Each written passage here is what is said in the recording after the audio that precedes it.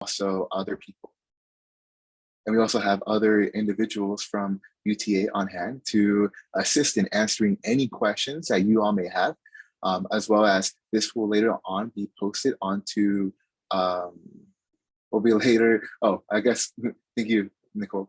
Also, this will be posted on Facebook for any other person who has any more comments, and more of that will be explained continuing this. So I'm going to turn the time over to Eric Callison to begin the conversation.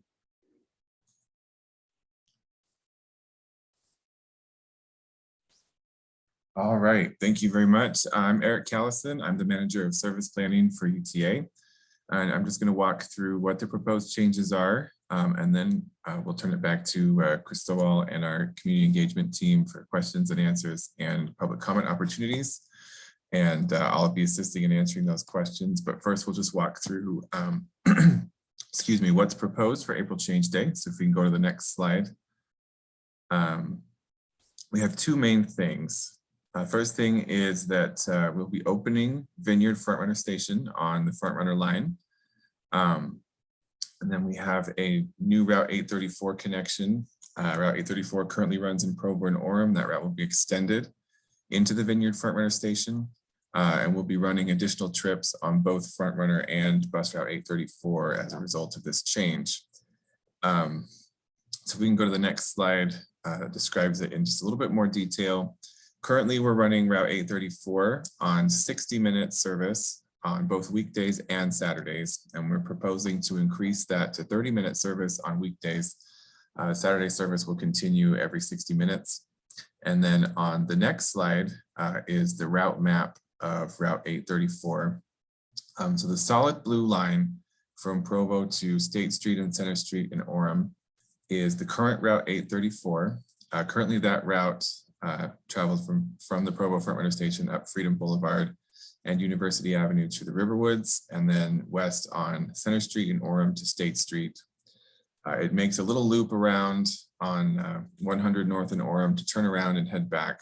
We'll be taking that loop out in order to extend the route further west to the Vineyard Frontrunner Station. There's no stops on that particular loop, so no customers will be directly impacted by that. But then we continue Route 834 west on Center Street in Orem until it interacts with Mill Road, and then Main Street and Vineyard up to 800 North, which is where it will interact with the Vineyard Frontrunner Station. And that's it. So we have new Frontrunner Station opening, extending Route 834, and increasing the service on Frontrunner and Route 834.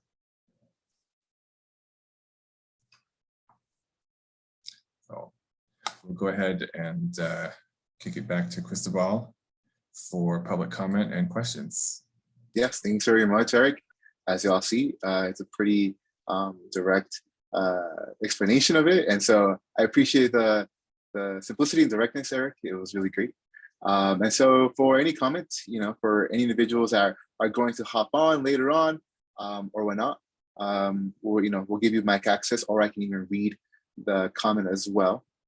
But it looks like we already have a comment by Brian Keller.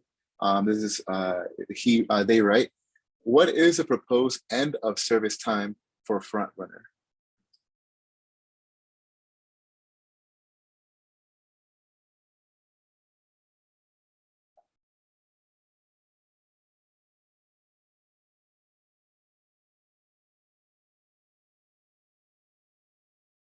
I think we're looking it up at the moment, Brian. Give us a few minutes so we can find the end of service time for Frontrunner. And I think lost my mouse for just a second, but I've got it. No, you're fine. And I think you're probably talking in respect to this station, Brian, of Vineyard. So we'll see what that time is. All right.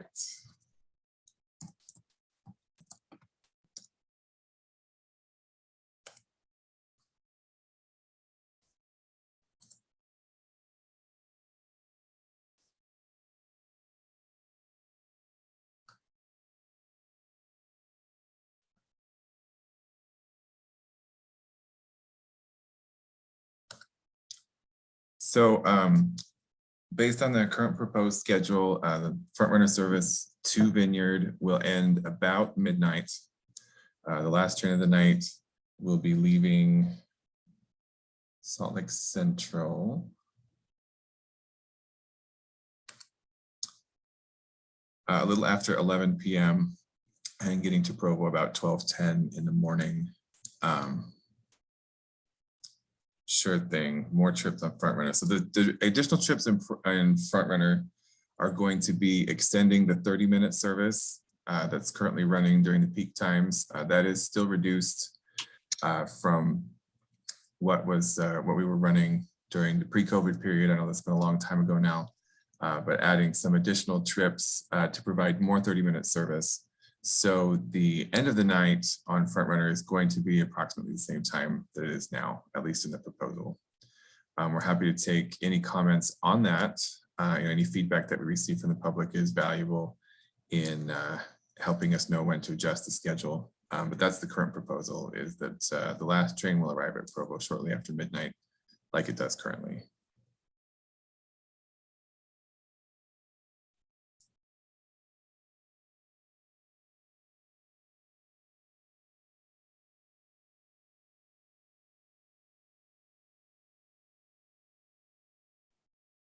Is there anything else, Brian, you would like to have more explanation on? Or if there's another question you have, please feel free to type into the chat.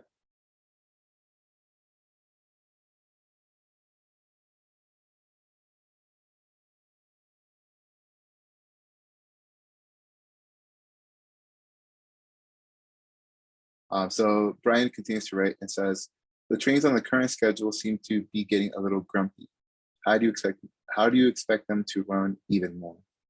I think this is more regarding the frequency. I'm curious to know what you mean by grumpy. We wouldn't be running any additional trains. It would just be keeping the trains that are out a little bit longer. We have trains that run until the end of the night, and we have trains that only run during the rush hour periods. And so this is just keeping the trains at rush hour, pulling them out a little bit earlier and sending them back to the yard a little bit later. So I don't know if that helps answer your question.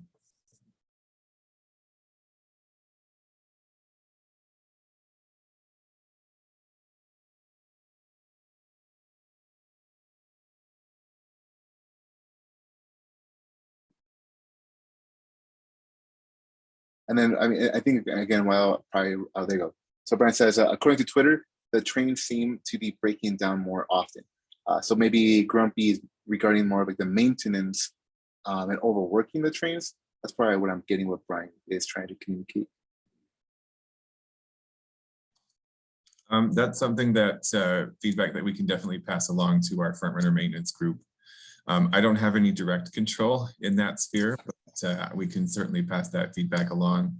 That if it seems like the trains are breaking down more often, it would make sense to evaluate whether we want to put any additional strain on them. So we'll definitely be communicating that to our front runner group. Great. Well, thank you, Eric, and then also Brian, for allowing us to converse about that specifically. We will definitely communicate that over to our maintenance team. And I don't know if you have any more questions, Brian, that we can answer, just to let you know. Oh, here it goes. So also, Brian continues to say, also, I have heard that the Comet cars are supposed to be going out of service. Is there any plans to get more cars to replace them?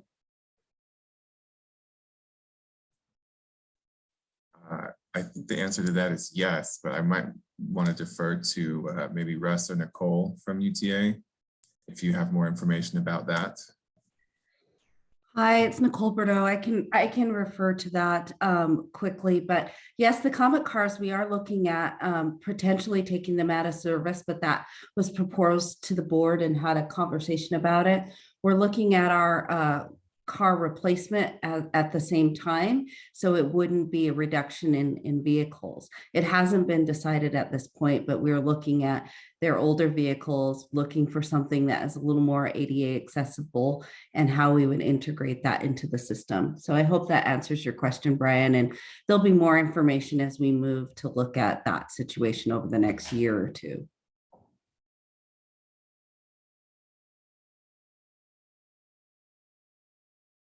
So hopefully that answers that question as well, Brian. And I was going to continue to say that, we have until February 10th to receive any comments pertaining to the specific change. And so it would be really great for you to continue. Here I see another question from Brian. It says, what about getting new Tier 4 locomotives? We'll see, maybe Nicole would like to answer that one. Brian, I can't comment on that specifically about the Tier 4. I know we've looked at our vehicle plan. We'd have to get back with our front runner people, but if you want to leave your information in the chat to Cristobal, we'll be sure to get you the answers that you're looking for. I don't mind reaching out to them and asking about when our replacement schedules are and what tier we would be looking to reduce or get new in our fleet plan. So please leave your information. We'll make sure to get that answer back to you. I do know that the locomotives have a pretty long lifespan, generally 30 to 50 years for front runner cars and locomotives. So we might have plans to replace them, but not immediately. And that's something that we'll have to get back with. So thank you for leaving us your email address. And we'll reach out to the front runner team like Nicole mentioned. Yes, exactly. And I'm writing that down as well. And again, we'll also download the chat to ensure that we have every single comment that here's been mentioned thus far. So Brian, you can rest assured that we'll definitely get back to you on that. I'm just trying to write your first and last name as well. Cool, I have it right here. Great, well, I also appreciate for Nicole for answering that question.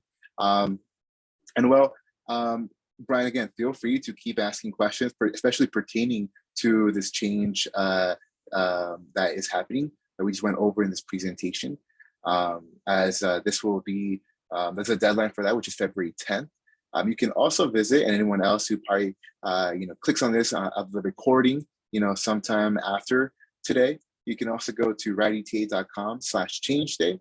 You're welcome to call 801-743-3882 and then then press option 5 to then continue to leave a comment.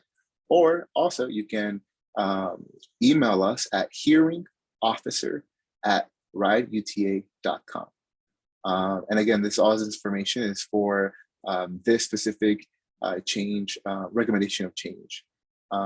Okay, then Brian, you asked something from the bus side. Is there any upgrades planned in the next few years for Box Elder County? I will probably defer this to Eric if there's any response for that. Sure. So our current 5-year plan does not have an increase in the bus service in Box Elder County. We are receiving some tax revenue from Box Elder County that's being dedicated to corridor preservation.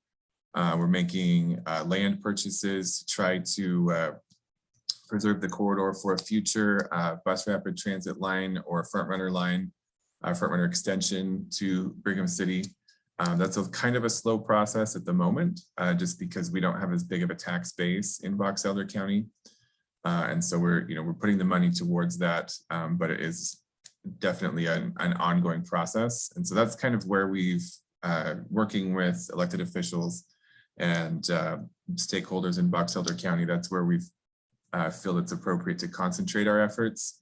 We do run bus service, excuse me, from Brigham City to Ogden, and we'll continue to do that for the foreseeable future. But we don't have any immediate plans to increase the service. Thank you very much, Eric.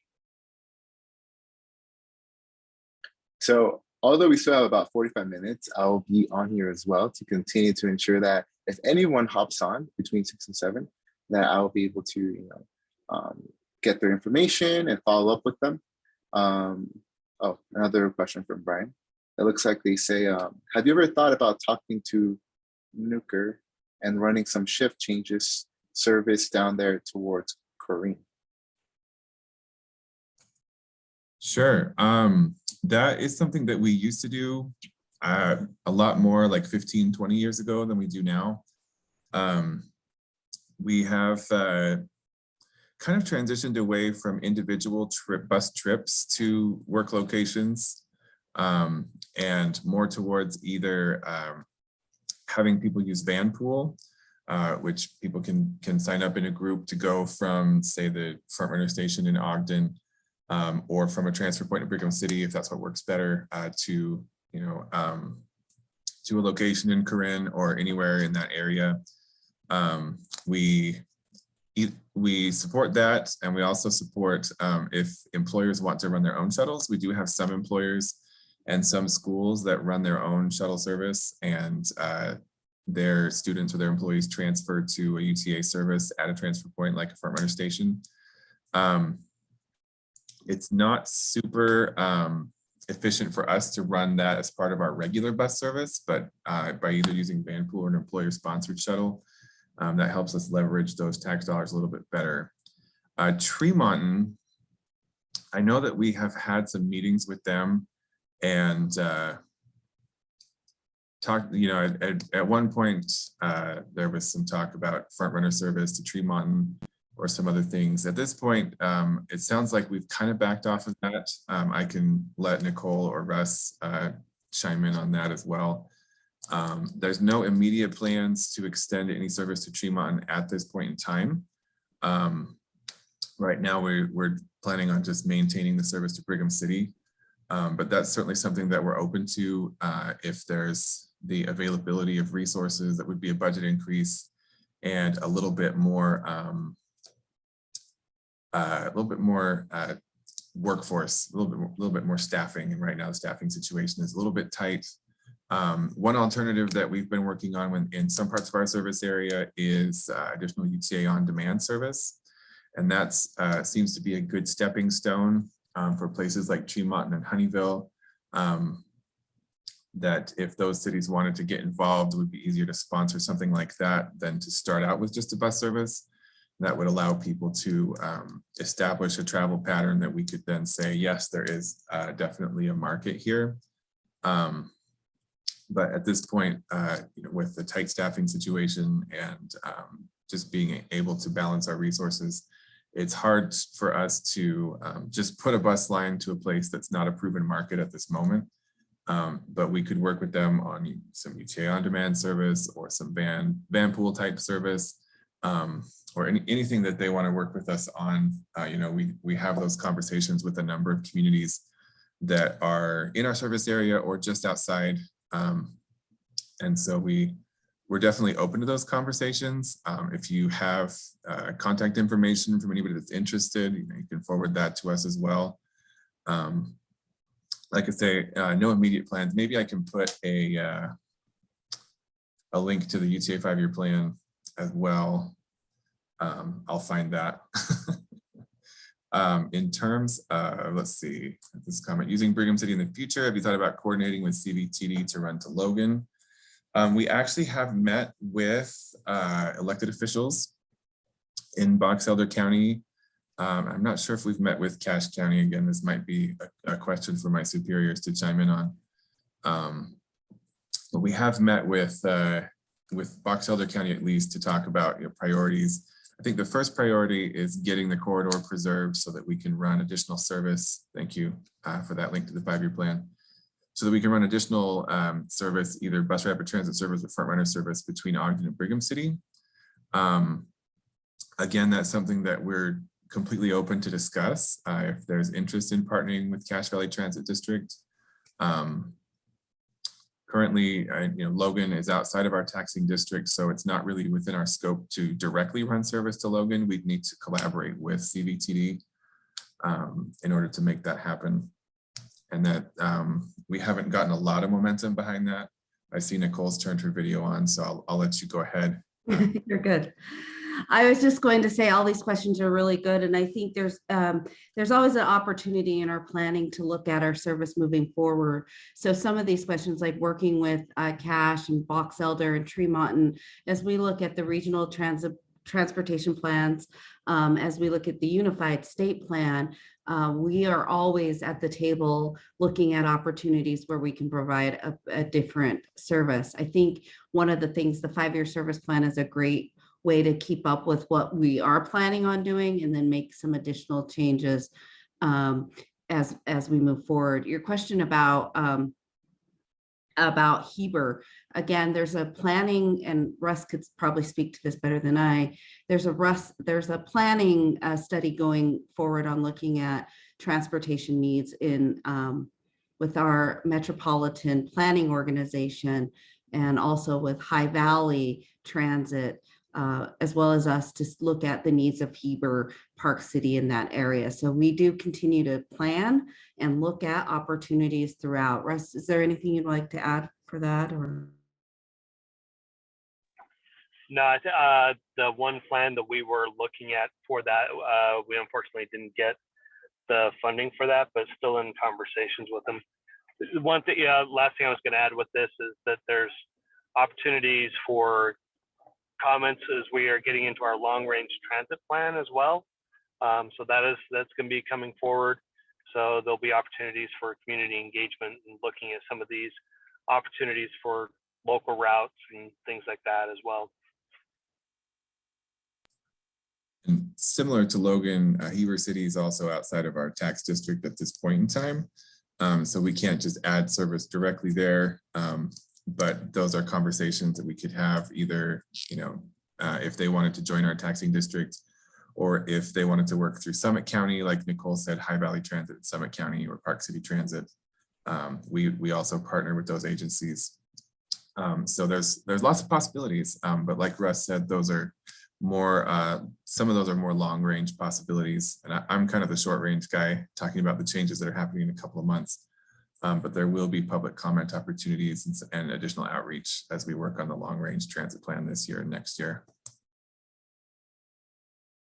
Thank you so very much, Eric, Nicole, and Russ, for answering those questions. And especially thank you to Brian for asking these different questions regarding both our general and also specific to the change to the 834 bus route. So I'm going to make a final call for any other questions regarding specifically to the route change for 834. And of course, like I said before, anyone's welcome to go, and you can even call and leave a voicemail regarding both comments for the 834 and other comments as well, as we saw through the chat at 801-743-3882, and then press 5. And then lastly, I also put in the chat, Brian, as well, to both the UTA on demand that was occurring. Oh, it looks like Brian's out already. Perfect. Well, I'll just say, I guess we'll end it right now. I'll stay online and see if anyone else comes in until 7 o'clock, and then I'll officially close it then. thank you, Cristobal. Thank you all.